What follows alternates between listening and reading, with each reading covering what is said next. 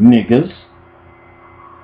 And this light side of the tree is a reflection, the illusionary world that you live in today.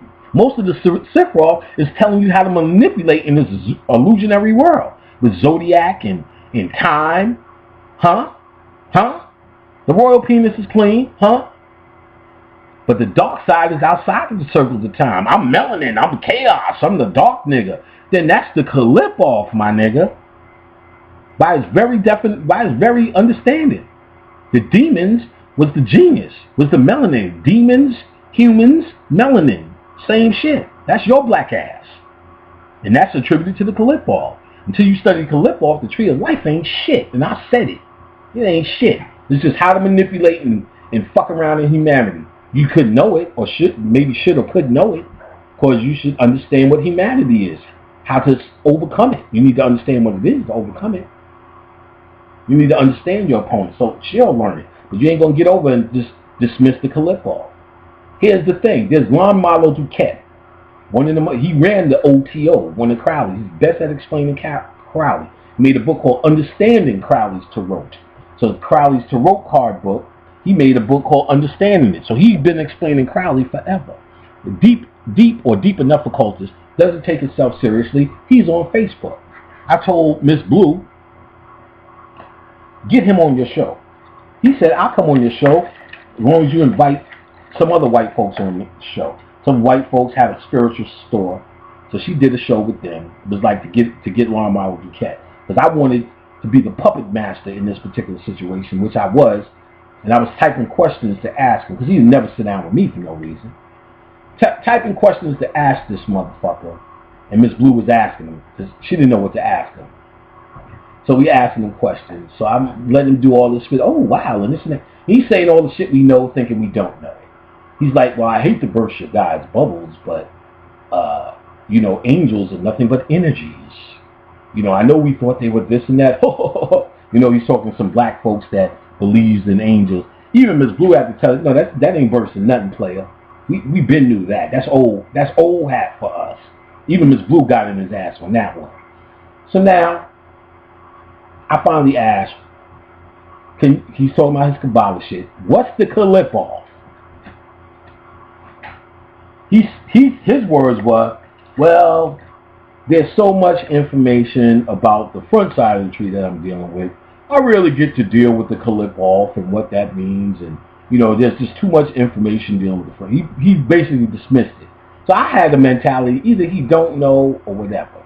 So I'm telling this to Bobby, this thing. So Bobby said, wait a minute. This motherfucker did a whole book on the goddamn Qalipoth. I said, what? I said, the royal penis is clean? He said, look, he didn't even want to tell you niggas. Or, see, they know that the Qalipoth can fuck them up based upon their lack of melanin. So they have to tread lightly with it. You know what I'm saying? They have to tread lightly with it. Their boldest motherfucker was Crowley dealing with the dark side shit. I told you, he was a nigga disincarnated in a white body. We've gotten that before. And actually, Bobby's giving me words of Crowley that Crowley was basically saying that as well. Now, so he either didn't want to tell niggas, or Bobby said they also, because they write books, and this will fuck their people up, they don't want to give that information because they become liable for niggas fucking with the Qalipoth, and they getting fucked up based upon their lack of money. So it made more sense. But clearly he was willing to tell you, just dismiss it, and not tell you niggas, even though he wrote an entire fucking book on this shit. Alright? So that tells you what the real important shit is, and what they really safeguarding is what you've been calling this dark side, and what you've been calling fucking evil. You understand? You better get over that. So after Europe got off the island after dirt, I gave you a mentality that began to thrive. A mentality that was already in existence, but was able to incarnate on the earth. Remember I told you, the Antichrist incarnates, Christ incarnates, Lucifer even incarnates, but you thinking that is one individual. It incarnates into a mentality, into an energy that exists through the people. The only one that's ever going to be born here incarnated are humans, until that stops. And The Antichrist and all these energies are talking about a time period.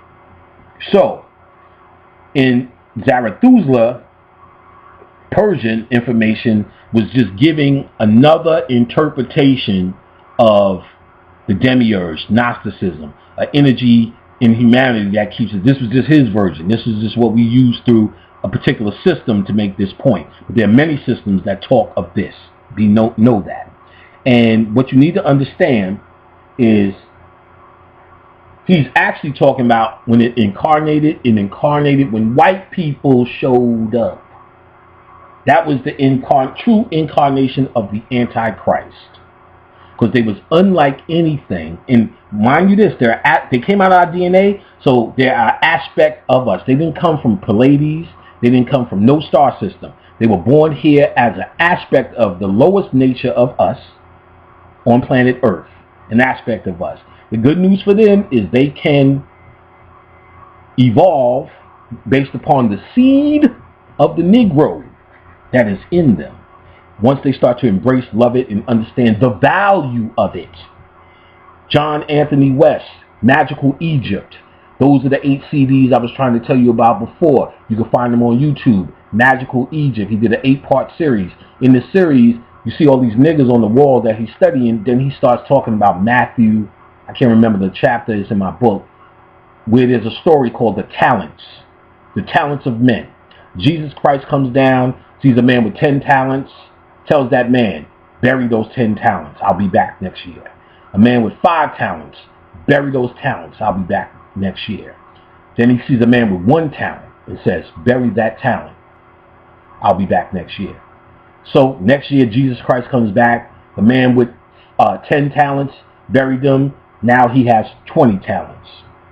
The man with 10 talents buried them. 5 talents buried him. Now he has 10 talents.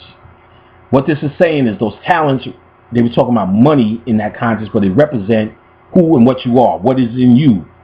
Your melanin, your power, your energy, your light. To bury it, meaning study the science, go within, and it still will double. You have a pathway. That's what that message of Christ is saying. You have a pathway no matter where you're starting. So the man with 1 talent didn't bury his talent.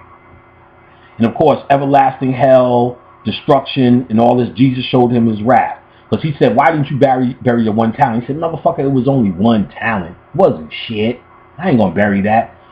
So I'm like, why is he telling the story? Then I got why he was telling the story. He's telling the story because he's talking to white people. He's saying, I know these walls are filled with black people. I know they have the divine kiss of melanin. I know we are wretched. I know we cannot even stand in the sun when we're trying to look at sun worship. I know we can't even look directly in the eyes of black people. I know we have been shady dealing since we got here. I know we was born in filth.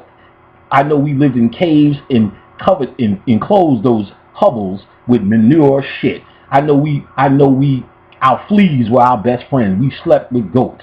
I know we didn't have windows in our house because it was worthless, because there was nothing we needed to do in terms of reading. I know all of these things, but this 1 talent, which has to be in us because we were still created from the black source.